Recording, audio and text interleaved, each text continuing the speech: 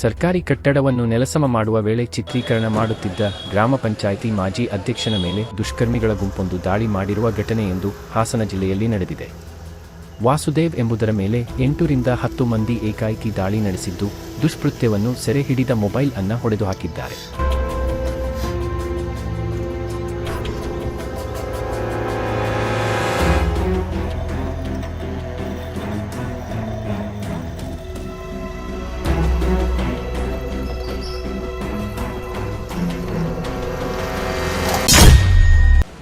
ಹಾಸನ ಜಿಲ್ಲೆಯ ಚನ್ನರಾಯಪಟ್ಟಣ ತಾಲೂಕಿನ ಕಲ್ಕೆರೆ ಗ್ರಾಮದಲ್ಲಿ 1970ರಲ್ಲಿ ಅಂದಿನ ಯುವಜನ ಕ್ರಿಯೆ ಮತ್ತು ಕ್ರೀಡಾ ಇಲಾಖೆ ಸಚಿವ ಗುಂಡೂರಾವ್ ಹಾಗೂ ಅಂದಿನ ವಿದ್ಯುತ್ ಶಕ್ತಿ ಸಚಿವ ದಿವಂಗತ ಎಚ್ ಶ್ರೀಕಂಠಯ್ಯ ತಮ್ಮ ಅಮೃತ ಹಸ್ತದಲ್ಲಿ ಸರ್ಕಾರಿ ಪಶು ವೈದ್ಯಕೀಯ ಶಾಲೆಯ ಕಟ್ಟಡವನ್ನು ಉದ್ಘಾಟನೆ ಮಾಡಿದ್ದರು. ಕಟ್ಟಡ ನಿರ್ಮಾಣವಾಗಿ 56 ವರ್ಷದ ಬಳಿಕ ನೂತನ ಕಟ್ಟಡವನ್ನು ಇದೇ ಕಟ್ಟಡದ ಹಿಂಭಾಗದಲ್ಲಿ ನಿರ್ಮಾಣ ಮಾಡಲಾಗಿದ್ದು, ಹಳೆಯ ಕಟ್ಟಡದಲ್ಲಿ ನೂತನ ಡಿಜಿಟಲ್ ಗ್ರಂಥಾಲಯವನ್ನು ನಿರ್ಮಾಣ ಮಾಡಲು ಗ್ರಾಮ ಪಂಚಾಯಿತಿ ಮುಂದಾಗಿತ್ತು. ಮರುನಿರ್ಮಾಣದ ನೇತೃತ್ವವನ್ನು ಗ್ರಾಮ ಪಂಚಾಯಿತಿ ಮಾಜಿ ಅಧ್ಯಕ್ಷ ವಾಸುದೇವ್ ನೋಡಿಕೊಳ್ಳುತ್ತಿದ್ದರು. ಸರ್, ಇದರಲ್ಲಿ ಹಿಂದೆ ಪಶು ವೈದ್ಯಕೀಯ ಆಸ್ಪತ್ರೆ ಇತ್ತು. ಇದು ಸರ್ಕಾರಿ ಜಾಗ. ಬೇರೆ ಕಡೆ ಲೈಬ್ರರಿ ಇತ್ತು. ಆ ಲೈಬ್ರರಿ ಹಾಳಾದ ನಂತರ ಈ ಸ್ಥಳದಲ್ಲಿ ಲೈಬ್ರರಿಯನ್ನ ನಡೆಸ್ತಾ ಇದ್ರು. ಇಲ್ಲೂ ಕೂಡ ಇದು ಶಿಥಿಲವಾದ ಕಾರಣ, ಹೆಂಚು ಇವೆಲ್ಲ ಹಾಳಾದ ಕಾರಣ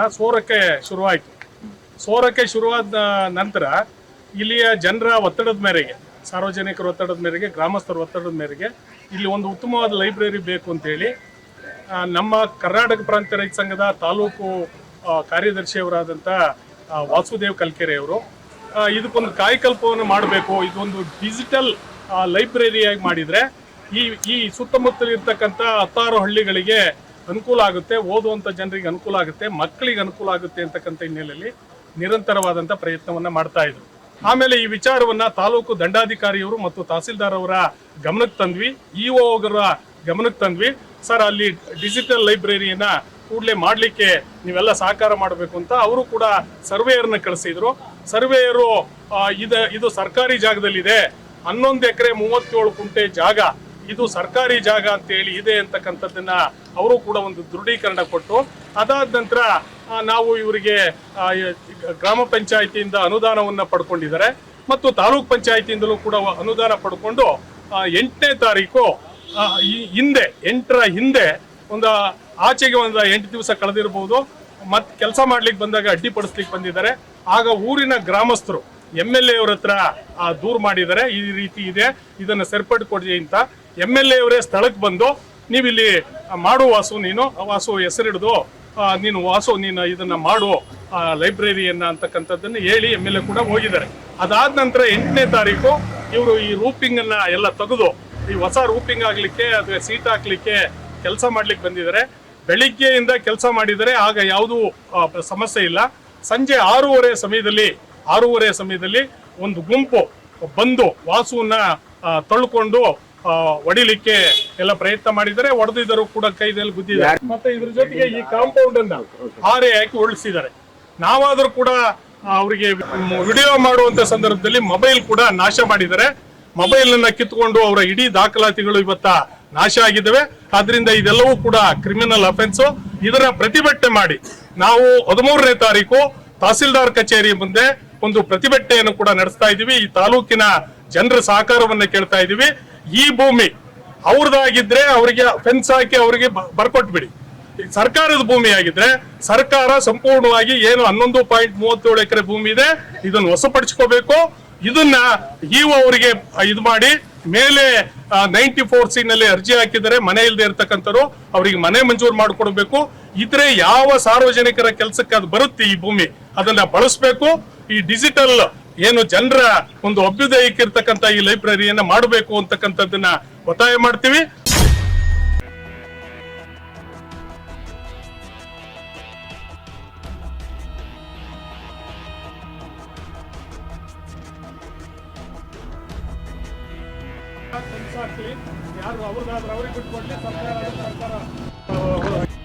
ಸರ್ಕಾರದ ಅನುಮತಿಯಂತೆ ಕಟ್ಟಡದ ಹೆಂಚಿನ ಮೇಲ್ಚಾವಣಿಯನ್ನು ತೆರವುಗೊಳಿಸಿ ಅದಕ್ಕೆ ಕಬ್ಬಿಣದ ತೊಲೆಗಳನ್ನು ನಿರ್ಮಿಸಿ ಮೇಲ್ಚಾವಣಿಗೆ ಶೀಟ್ ಹಾಕಲು ಮುಂದಾಗಿದ್ದರು. ಆದರೆ ಇಲ್ಲಿ ಗ್ರಂಥಾಲಯವನ್ನು ನಿರ್ಮಾಣ ಮಾಡಬಾರದು ಎಂದು ಅದೇ ಗ್ರಾಮದ ಅಶೋಕ್, ರಾಮಮೂರ್ತಿ, ಧನುಷ್, ಜಸ್ವಂತ್, ದರ್ಶನ್, ಕೃಷ್ಣೇಗೌಡ, ದಿಲೀಪ್ ಮತ್ತು ಧರ್ಮೇಶ್ ಎಂಬುವರು ವಿರೋಧ ವ್ಯಕ್ತಪಡಿಸಿ ರಾತ್ರೋರಾತ್ರಿ ಕಬ್ಬಿಣದ ಮಾರಕಾಸ್ತ್ರಗಳನ್ನು ತೆಗೆದುಕೊಂಡು ಬಂದು ಸರ್ಕಾರಿ ಕಟ್ಟಡವನ್ನು ನೆಲಸಮ ಮಾಡಿದ್ದಾರೆ. ಇದನ್ನ ಚಿತ್ರೀಕರಣ ಮಾಡುತ್ತಿದ್ದ ವಾಸುದೇವ್ ಎಂಬುದರ ಮೇಲೆ ಹಲ್ಲೆ ಮಾಡಿದ್ದು ಆತನ ಮೊಬೈಲನ್ನು ಜಖಂಗೊಳಿಸಿ ವಿಕೃತಿ ಮೆರೆದಿದ್ದಾರೆ. 1966ರಲ್ಲಿ ಮೊದಲ ಆರೋಪಿಯಾಗಿರುವ ಅಶೋಕ್ ಎಂಬುವರ ತಾತ ಸರ್ಕಾರಕ್ಕೆ 11 ಎಕರೆ 37 ಗುಂಟೆ ಜಾಗವನ್ನು ಸರ್ಕಾರಕ್ಕೆ ದಾನ ನೀಡಿದ್ದರು ಎನ್ನಲಾಗಿದೆ. ಆದರೆ ಆರೋಪಿಗಳ ಬಳಿಯಾಗಲಿ ಸರ್ಕಾರದ ಬಳಿಯಾಗಲಿ ಯಾವುದೇ ದಾಖಲಾತಿ ಇಲ್ಲ. ಆದರೆ ಸರ್ಕಾರ 1990 ದಶಕದಲ್ಲಿ ಪಶು ವೈದ್ಯಕೀಯ ಶಾಲೆಯ ಹಿಂಭಾಗದಲ್ಲಿ ರೈತರಿಗೆ ಅನುಕೂಲವಾಗುವ ನಿಟ್ಟಿನಲ್ಲಿ ವಾರದ ಸಂತೆ ನಡೆಸಲು ಹಾಗೂ ಕೃಷಿ ಪತ್ತಿನ ಸಹಕಾರ ಸಂಘಕ್ಕೆ ಮತ್ತು ಇನ್ನುಳಿದ ಸ್ವಲ್ಪ ಭಾಗವನ್ನು ಜನತಾ ಕಾಲೋನಿ ನಿರ್ಮಾಣಕ್ಕಾಗಿ ಹಂಚಿಕೆ ಮಾಡಿದೆ. ಇನ್ನು ಹಳೆ ಪಶುವೈದ್ಯಕೀಯ ಶಾಲೆಯನ್ನು ಡಿಜಿಟಲ್ ಗ್ರಂಥಾಲಯ ಮಾಡಲು ಮುಂದಾದಾಗ ಇದು ನಮ್ಮ ತಾತನದ್ದು ಎಂದು ಬಂದಿರುವುದು ಮೂರ್ಖತನದ ಪರಮಾವಧಿ ಎಂದರೆ ತಪ್ಪಾಗದು.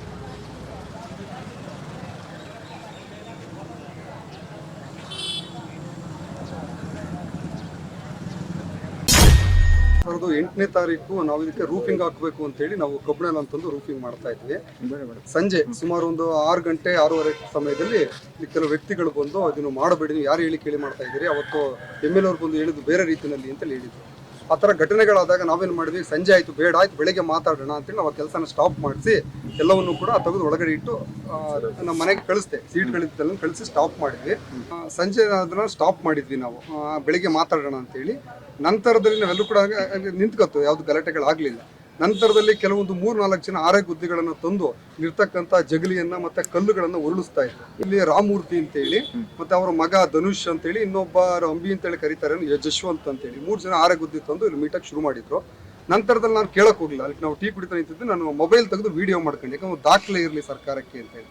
ಇವತ್ತು ಸರ್ಕಾರಿ ಕಟ್ಟಡಗಳನ್ನು ಹೊಡಿತಕ್ಕಂಥದ್ದು ದೊಡ್ಡ ಅಫೈನ್ಸ್ ಅನ್ನುವಂಥದ್ದು ನಮಗೆ ಗೊತ್ತಿದೆ, ಕ್ರಿಮಿನಲ್ ಕೇಸ್ಗಳ ಅಡಿಯಲ್ಲಿ ಬರ್ತಕ್ಕಂಥದ್ದು. ಅದನ್ನ ನಾನು ಮುಂದೆ ದಾಖಲೆ ಆಗಿರಲಿ ಅಂತೇಳಿ ನಾನು ಮೊಬೈಲ್ ರೆಕಾರ್ಡ್ ಮಾಡ್ತಾ ಇದ್ವಿ.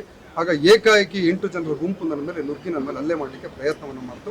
ಸ್ಥಳೀಯರ ಗ್ರಾಮಸ್ಥರು ಕೂಡ ಇದರಲ್ಲಿ ಇದ್ದಿದ್ದರಿಂದ ಸ್ವಲ್ಪ ನನಗೆ ಯಾವುದೋ ಆ ಥರದ ದೊಡ್ಡ ಏಟುಗಳು ಬೀಳ್ತಕ್ಕಂಥದ್ದಾಗಲಿ ಮತ್ತೊಂದಾಗಲಿ ಇಲ್ಲ. ಈಗ ನಾವುಗಳು ಕೂಡ ನಮ್ಮ ಅಣ್ಣ ತಮ್ಮಂದಿರಿದ್ರು ದೊಡ್ಡ ಗಲಾಟೆ ಆಗ್ತಕ್ಕಂಥ ಸಂದರ್ಭ ನಿರ್ಮಾಣ ಆಯಿತು.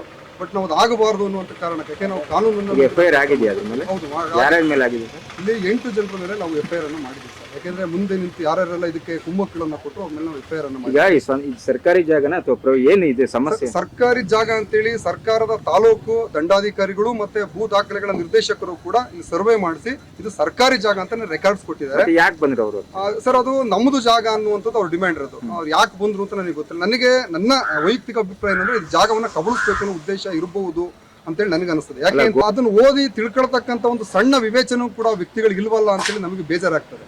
ಈಗ ನಾವು ಮಾತಾಡ್ಲಿಕ್ಕೂ ಕೂಡ ನಮಗೆ ಕಷ್ಟ ಆಗುವಂಥದ್ದು ಅದೇನೆ. ಈಗ ನಾವು ಮಾಡ್ತಿರ್ತಕ್ಕಂಥ ಸಾರ್ವಜನಿಕ ಗ್ರಂಥಾಲಯ ವೆಟನರಿ ಹಾಸ್ಪಿಟ್ಲ್ ಇತ್ತು. ವೆಟನರಿ ಹಾಸ್ಪಿಟ್ಲಿಗೆ ಜಾಗ ಸಾಲಲ್ಲ, ಈಗ ಇಡೀ ಸುತ್ತಮುತ್ತಲಿ ಇರ್ತಕ್ಕಂಥದ್ದು ಅಂತೇಳಿ ನಮ್ಮ ಸಂತೆ ಮಾಡಿದ್ರೆ ಇನ್ನೊಂದು ಮಾಡಿದ್ದಾರೆ, ದೊಡ್ಡ ಬಿಲ್ಡಿಂಗ್ ಹೊಸ ಮಾಡಿದ್ರು. ಆಗ ಅದರಲ್ಲಿ ಶಿಫ್ಟ್ ಆದ್ಮೇಲೆ ನಮ್ಮ ಗ್ರಾಮ ಪಂಚಾಯತಿ ಇದು ಲೈಬ್ರರಿ ಯಾವುದೋ ಹಿಂದೆ ಹಳೆಯ ಕಟ್ಟಡದಲ್ಲಿ ಇತ್ತು, ಅಲ್ಲೂ ಕೂಡ ಸೋರ್ತಾ ಇತ್ತು ಅಂತೇಳಿ ಇದು ಸೆಂಟರ್ ಆಯಿತು. ಜನಗಳು ಬರ್ಬೇಕು, ಆಕರ್ಷಣೆ ಮಾಡ್ಬೇಕು, ಜನಗಳಿಗೆ ಪತ್ರಿಕೆಗಳನ್ನು ಓದಬೇಕು, ಪುಸ್ತಕಗಳನ್ನು ಓದಬೇಕು, ಜನರ ವಿಚಾರಗಳು ಬೇಕು ಅನ್ನೋ ಕಾರಣಕ್ಕಾಗಿ ನಾವು ಪಂಚಾಯತಿಯಿಂದ ತೀರ್ಮಾನ ಮಾಡಿ ಇಲ್ಲಿ ನಾವು ಗ್ರಂಥಾಲಯವನ್ನು ಮಾಡಿದ್ವಿ. ಅದು ಹಳೆಯ ಕಟ್ಟಡ ಆಗಿದ್ದರಿಂದ ಮೇಲೆ ಹಂಚುಗಳೆಲ್ಲ ಕೂಡ ಹೋಗಿದ್ರಿಂದ ಅದು ಮೇಲಿಂದ ರೂಫಿಂಗು ಅದು ಹಂಚೆಲ್ಲ ಹೋಗಿತ್ತು ಅಂತ ತೆಗೆದು ಮಾಡೋಕ್ಕೆ ಅಂತ ಟ್ರೈ ಮಾಡಿ ಹೊಸದಾಗಿ ಬಿಲ್ಡಿಂಗ್ ಮಾಡ್ತಾ ಇಲ್ಲ, ಇರುವ ಜಾಗದಲ್ಲೇ ನಾವು ಹಂಚುಗಳನ್ನು ತೆಗೆದು ಸೀಟ್ ಹಾಕ್ಲಿಕ್ಕೆ ಅಂತ ಹೊರಟಂಥದ್ದು. ಸರ್ಕಾರಕ್ಕೆ ತಹಶೀಲ್ದಾರಿಗೂ ಕೂಡ 2 ವರ್ಷದಿಂದ ನಾವು ಅರ್ಜಿಯನ್ನು ಕೊಟ್ಟಿದ್ವಿ. ನಮಗೆ ಆತಂಕ ಇರುವಂಥದ್ದು ಏನು ಅಂದರೆ ಇದು ಹಳೆಯ ಕಟ್ಟಡ ಆಗಿರೋದ್ರಿಂದ ಮಳೆ ಬರ್ತಕ್ಕಂಥ ವಾತಾವರಣ ಇದೆ, ನೆಂದು ಗೋಡೆಗಳು ಬಿದ್ದು ಹೋದ್ರೆ ಇವು ಕಟ್ತಕ್ಕಂಥದ್ದು ಸರ್ಕಾರಿ ಕಟ್ಟಡಗಳು ಬಹಳ ಕಷ್ಟದಲ್ಲಿದ್ದಾವೆ. ಹಾಗಾಗಿ ಅದನ್ನು ಉಳಿಸ್ಕೊಳ್ಬೇಕು ಅನ್ನುವಂಥದ್ದು ನಮ್ಮ ಉದ್ದೇಶ ಇರ್ತಕ್ಕಂಥದ್ದು. ಹಾಗಾಗಿ ನಾವು ತುರ್ತು ಮಳೆ ಬರೋದ್ರೊಳಗಡೆ ಕಂಪ್ಲೀಟ್ ಮಾಡಬೇಕು. ನಾವಿಲ್ಲ, ನಮ್ಗೆ ನ್ಯಾಯ ಸಿಗಬೇಕು. ಈಗ ನಮ್ಮ ಮಂಜುನಾಥ್ ಅವರು ಮಾತಾಡಿದ್ದಾರೆ, ಹೌದು ಖಾಸಗಿ ಅವ್ರ ಜಾಗ ಅಂದ್ರೆ ದಯವಿಟ್ಟು ಖಾಸಗಿ ಅವ್ರು ಕೊಟ್ಬಿಡಿ ನಮ್ಗೆ. ಯಾಕೆ ದಿನನಿತ್ಯ ನಾವಿಲ್ಲಿ ಗಲಾಟೆ ಮಾಡ್ಕೊಂಡು ಕುತ್ಕೊಳ್ಳೋಕೆ ಆಗಲ್ಲ. ಇವತ್ತು ಸರ್ಕಾರಿ ಜಾಗಗಳಲ್ಲಿ ಸಾಕಷ್ಟು ಮಳಿಗೆಗಳು ಮಾಡ್ಕೊಂಡು ದುಡ್ಡು ಮಾಡ್ತಿರ್ತಕ್ಕಂಥ ಸಂಖ್ಯೆ ಬಹಳಷ್ಟಿದೆ. ಅವರಲ್ಲಿ ಸ್ವಂತ ಲಾಭಕ್ಕಾಗಿ ಕೆಲಸ ಮಾಡ್ತಕ್ಕಂಥ ಸಂಖ್ಯೆ ಬಹಳಷ್ಟಿದೆ. ಸಾರ್ವಜನಿಕರ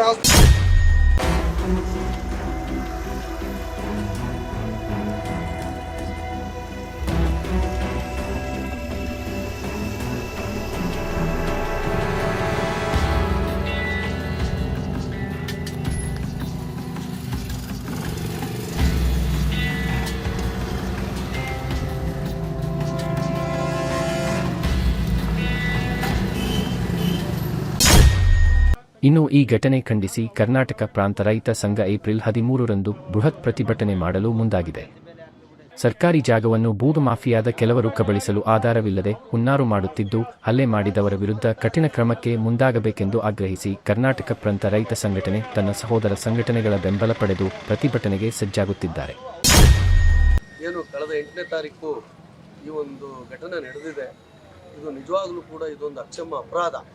ಯಾಕೆ ಅಂತ ಹೇಳಿದರೆ, ವಾಸುದೇವ್ ಅವರು ಈ ಕಲ್ಕೆರೆ ಗ್ರಾಮ ಪಂಚಾಯತಿ ವ್ಯಾಪ್ತಿನಲ್ಲಿ ಸದಸ್ಯರಾಗಿ ಅಧ್ಯಕ್ಷರಾಗಿ ಅತ್ಯಂತ ಪ್ರಾಮಾಣಿಕವಾಗಿ ಅವರು ಕೆಲಸ ಮಾಡ್ತಾ ಇರ್ತಕ್ಕಂಥ ಒಂದು ಈ ಸಂದರ್ಭದಲ್ಲಿ KPRS ಒಂದು ಸಭೆ ಮಾಡಿದಾಗ ಆ ಒಂದು ಸಭೆಯಲ್ಲಿ ಶಾಲಾ ಮಕ್ಕಳುಗಳು ನಮ್ಮ ಮುಂದೆ ಬಂದು ಏನು ವಾಸಣ್ಣರೇ, ನಿಮ್ಮ ಅಧ್ಯಕ್ಷಗಿರಿನೂ ಮುಗೀತು, ನಮಗೊಂದು ಸುಸಜ್ಜಿತವಾದಂಥ ಒಂದು ಲೈಬ್ರರಿ ಕಟ್ಟಡವನ್ನು ನಿಮ್ಮ ಅಧಿಕಾರ ಅವಧಿನಲ್ಲಿ ನಿರ್ಮಾಣ ಮಾಡೋಕ್ಕಾಗಲಿಲ್ಲ ಅನ್ನೋದು ಕೂಡ ನಾವು ಕೂಡ ಕಣ್ಣಾರೆ ಕೇಳಿದ್ವಿ.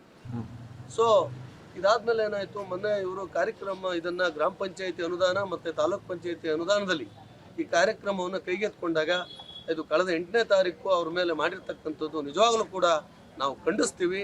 ಜೊತೆಗೆ ಇದಕ್ಕೆ ನಾವು ತಾಲೂಕು ಆಡಳಿತ ಮತ್ತು ಜಿಲ್ಲಾಡಳಿತ, ಮಾನ್ಯ ತಹಸೀಲ್ದಾರ್ ಅವರು ಮತ್ತು ನಮ್ಮ ಜಿಲ್ಲಾಧಿಕಾರಿಯವರು, ಪೊಲೀಸ್ ವರಿಷ್ಠಾಧಿಕಾರಿಯವರು ಇದ್ರ ಬಗ್ಗೆ ಕೂಡಲೇ ಕ್ರಮ ಕೈಗೊಂಡು ಏನು ವಾಸುದೇವ ಮೇಲೆ ಹಲ್ಲೆ ಮಾಡಿದ್ದಾರೆ, ಏನು FIR ಆಗಿದೆ, ಇದ್ರ ಬಗ್ಗೆ ಒಂದು ನ್ಯಾಯವನ್ನು ದೊರಕಿಸ್ಕೊಡ್ಬೇಕು, ಈ ಕಟ್ಟಡವನ್ನು ನಿರ್ಮಾಣ ಮಾಡೋದಕ್ಕೆ ಒಂದು ಅವಕಾಶ ಮಾಡಿಕೊಡ್ಬೇಕು ಅನ್ನೋದು ನನ್ನ ಅಭಿಪ್ರಾಯ ಸರ್.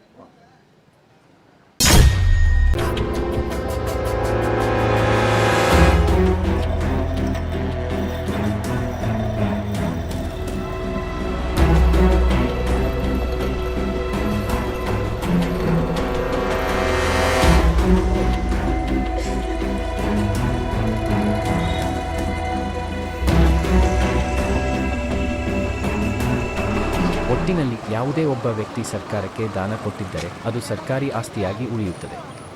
ಆದರೆ ದಾಖಲೆ ಇಲ್ಲದೆ ಸರ್ಕಾರಿ ಕಟ್ಟಡವನ್ನು ಧ್ವಂಸ ಮಾಡುತ್ತಿರುವುದು ಕಾನೂನು ರೀತಿ ಅಪರಾಧ.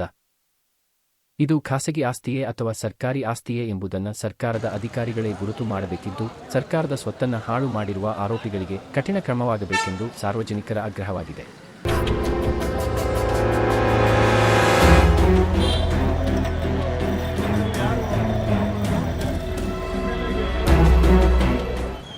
ಸುನೀಲ್ ಕುಂಬೇನಹಳ್ಳಿ, ಹಾಸನ.